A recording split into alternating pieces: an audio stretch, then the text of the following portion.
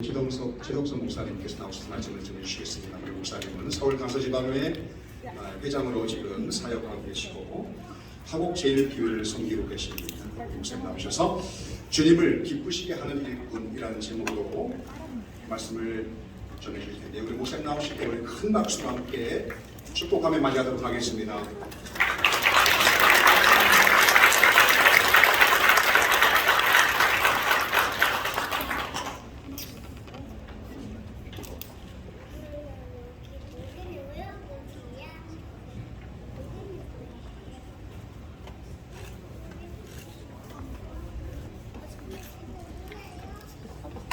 광흥교회 창립 45주년 기념 임식을 갖게 된 것을 주님의 이름으로 축하합니다. 교회 창립 이후 45년이라는 적지 않은 시간 속에서 눈물의 기도와 감격의 찬양, 또 성령의 역사가 있는 예배를 통하여 영광을 받으시고 여기까지 인도하신 에베네zer 되신 하나님께 영광을 올려드립니다. 신앙의 선배들의 눈물겨운 헌신과 사랑의 수고, 견고한 믿음의 토대 위에 세워진 광흥교회 공동체가 영혼 구원과 지역 복음화를 위해서 달려온 지난 세월들을 하나님이 기쁘게 받으신 줄로 믿습니다.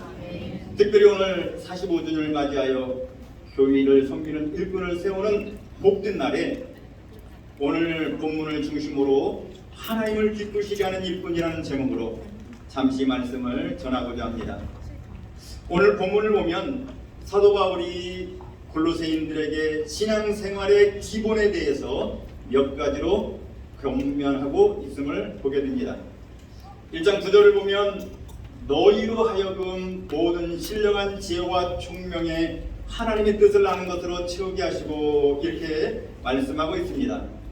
이 말씀을 세번역에서는 하나님께서 여러분에게 모든 신령한 지혜와 총명으로 하나님의 뜻을 아는 지식을 채워주시기를 빕니다 라고 번역되어 있습니다. 공동 번역에는 성령께서 주시는 모든 지혜와 판단으로 하나님의 뜻을 충분히 깨닫게 되기를 빌어왔습니다 이렇게 표현하고 있습니다. 이게 무슨 말입니까? 하나님의 자녀로 하나님의 백성으로 하나님의 일꾼으로 살아가는 자의 신앙의 기본은 하나님의 뜻을 아는 데서부터 출발한다는 것입니다. 우리의 생각하는 바가 하나님의 뜻을 아는 데 열려 있을 뿐만 아니라 우리의 마음에 하나님의 뜻으로 충만해야 된다는 것을 성경은 우리에게 말씀하고 있습니다.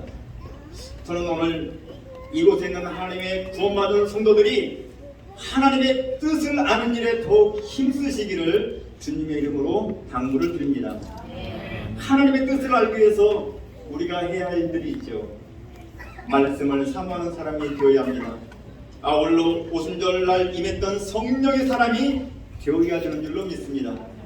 말씀을 통하여 하나님의 뜻을 깨닫고 기도를 통하여 성령이 교회와 주님의 일꾼들에게 하시는 말씀을 들을 때 비로소 하나님의 뜻을 깨닫게 될 줄로 저는 믿습니다. 마가복음 8장에 보면은 예수님의 질문이 나오죠. 너희는 나를 누구라 하느냐? 우리가 잘 알고 있는 말씀입니다.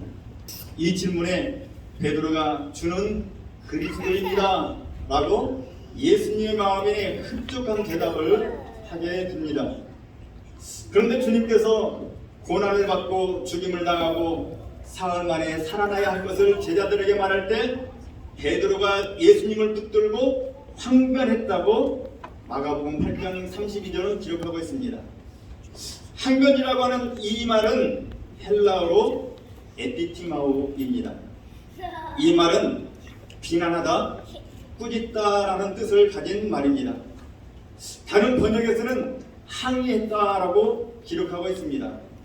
또 다른 번역에서는 베드로가 안 된다고 펄쩍 뛰었다고 번역하기도 합니다.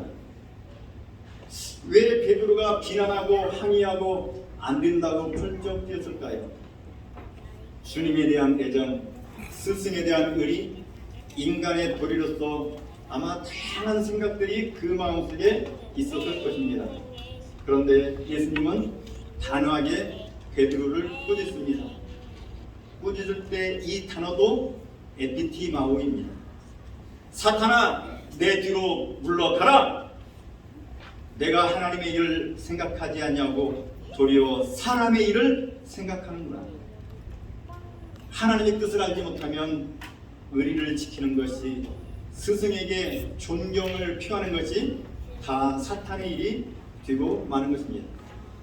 스승을 생각하는 베드로의 인간적인 의리가 하나님의 뜻은 예수님이 십자가에 죽으시는 것이었기 때문에 베드로의 그 좋은 호의도 하나님의 일이 아니라 사탄의 일이 되고 마는 것입니다. 하나님의 일꾼은 하나님의 일을 분별할 수 있는 하나님의 사람이 되어야 되는 줄로 믿습니다. 내 성향이 아니라, 내가 추구하는 목표가 아니라 철저하게 성경에서 말씀하고 성령의 감동으로 깨달은 하나님의 뜻을 아는 것, 그리고 그 뜻에 순종하는 것이 오늘 세움을 받는 임직자들의 삶이라고 하는 사실을 분명히 기억하시기를 주님의 이름으로 부탁을 드립니다. 이 말씀과 기도로 하나님의 뜻을 아는데 더욱 힘쓰는 하나님의 사람들이 되시기를 주님의 이름으로 부탁을 드립니다. 다음으로 신앙생활의 기본을 오늘 본문 10절에서 찾아볼 수 있습니다.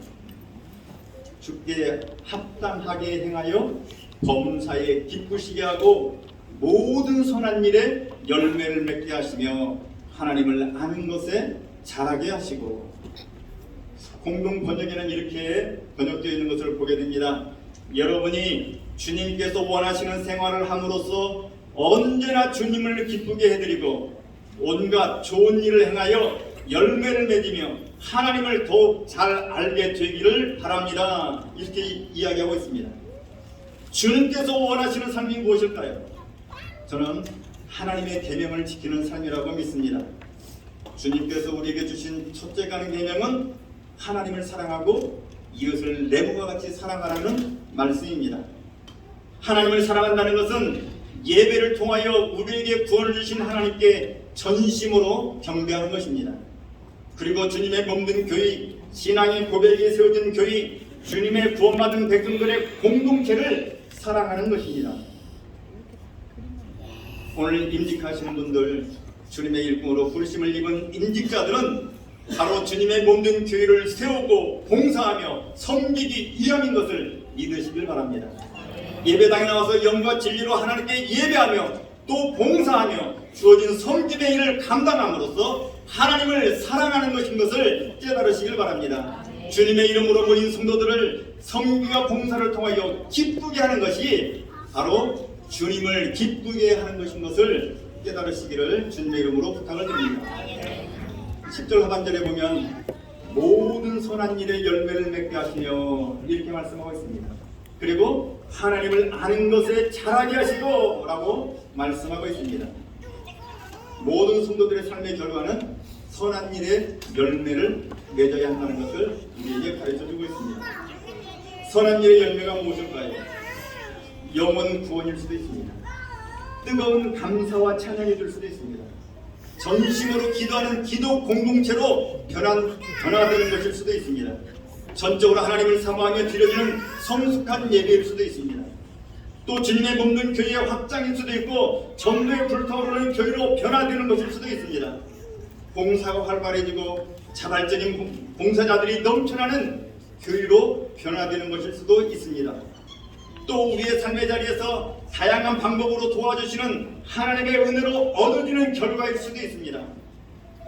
선한 일에 대한 열매가 앞에서 언급한 어떤 형태의 열매이든지 간에 오늘 세워지는 일꾼들을 통하여서 광교의 필요에 따라 아름다운 영적인 열매들이 풍성해지기를 주님의 이름으로 축복합니다. 그런데 이러한 선한 열매의 결과들이 하나님의 일꾼들에게 주는 유익함이 있습니다.